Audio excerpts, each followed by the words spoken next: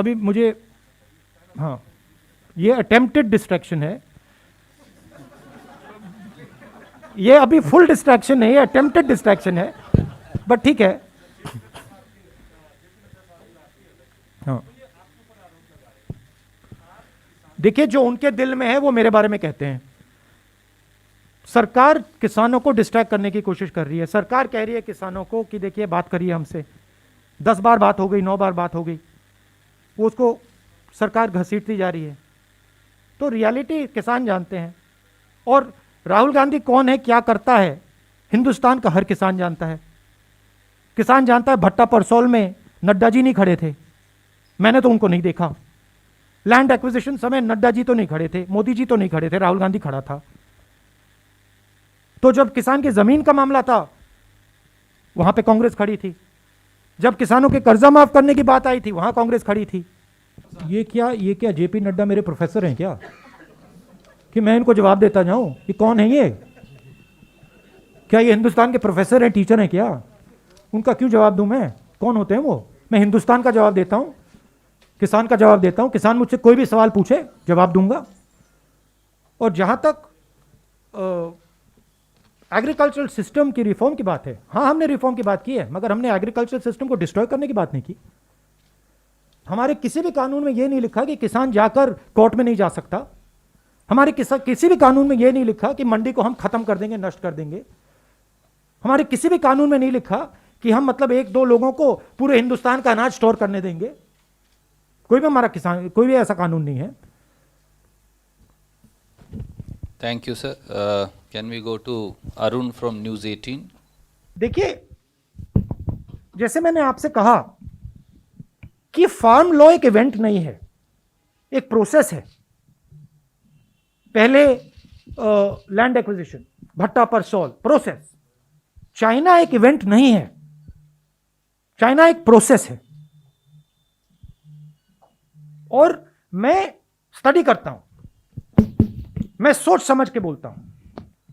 मैं आपको बता रहा हूं, बहुत डेंजरस सिचुएशन बन रही है। देखिए, जो विपक्ष लड़ता है वो इंस्टीट्यूशनल फ्रेमवर्क के साथ लड़ता है।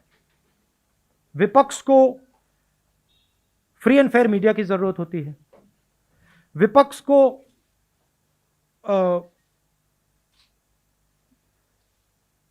इंस्टीट्यूशंस की जरूरत होती है। विपक्ष को जुडिशरी की जरूरत होती है। विपक्ष को पार्लियामेंट की जरूरत होती है। तो हर इंस्टीट्यूशन को इन लोगों ने कैप्चर कर रखा है।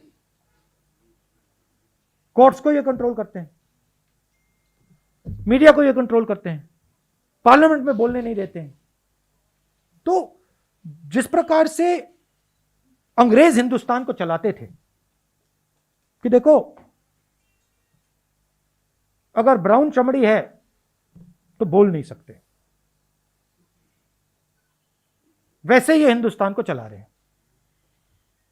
बोल नहीं सकते, बोलोगे तो मारेंगे। तो डर का माहौल है। आपने अभी बोला कि सब लोग कहते हैं कि राहुल गांधी लड़ रहा है, मगर डर का माहौल है।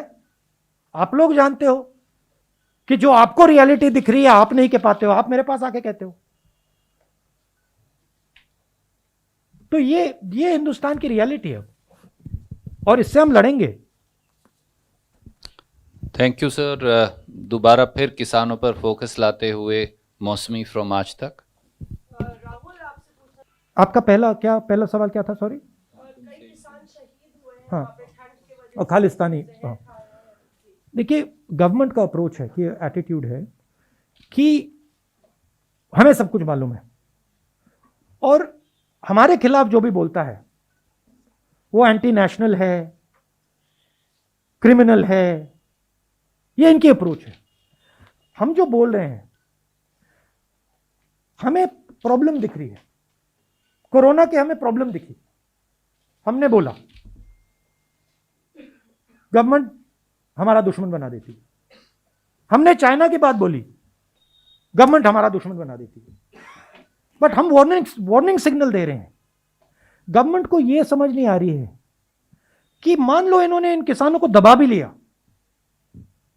मामला वहां नहीं रुकने वाला, एनर्जी कहीं और से निकलेगी, युवाओं से निकलेगी, अनएम्प्लॉयड यंगस्टर से निकलेगी। तो हम वार्निंग दे रहे हैं कि देखिए आपने हिंदुस्तान के किसानों पर आक्रमण किया है, यह आप मत कीजिए, आप इनकी शक्ति को नहीं पहचान रहे हैं। तो ये रियलिटी, इनकी अप्रोच ही गलत है।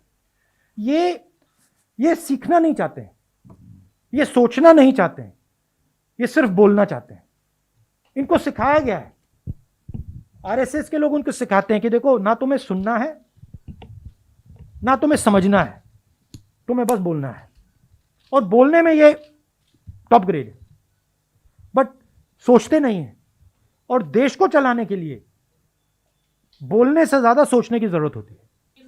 भट्टा परसोल में हम सरकार में थे, please tell him to read the newspapers.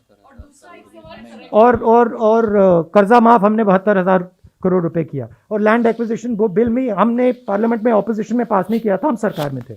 But anyway, JP Nadda is not anybody I am answering to. देखिए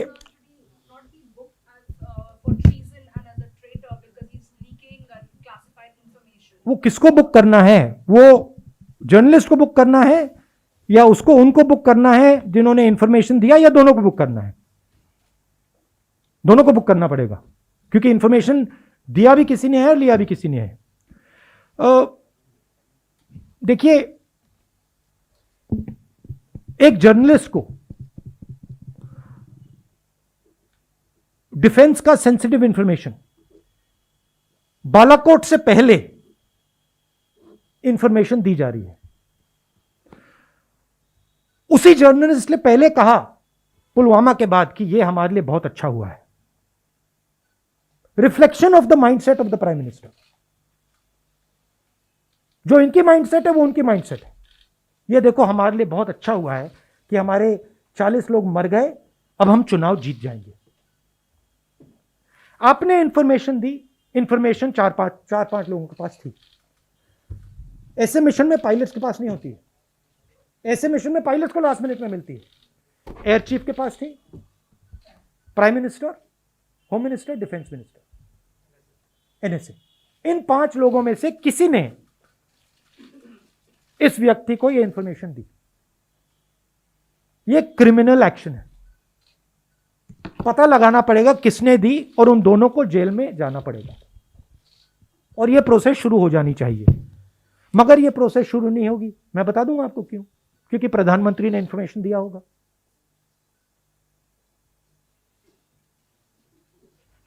तो होगी नहीं, शायद बाद में हो। नहीं, मैं 5 लोगों के पास है, आपके पास इंफॉर्मेशन थी, आप तो नहीं दे सकती थी। Prime minister new, air chief new, NSA new, home minister new, defence minister new, 5 people new. Which one? इनमें 5 में से किसने दिया?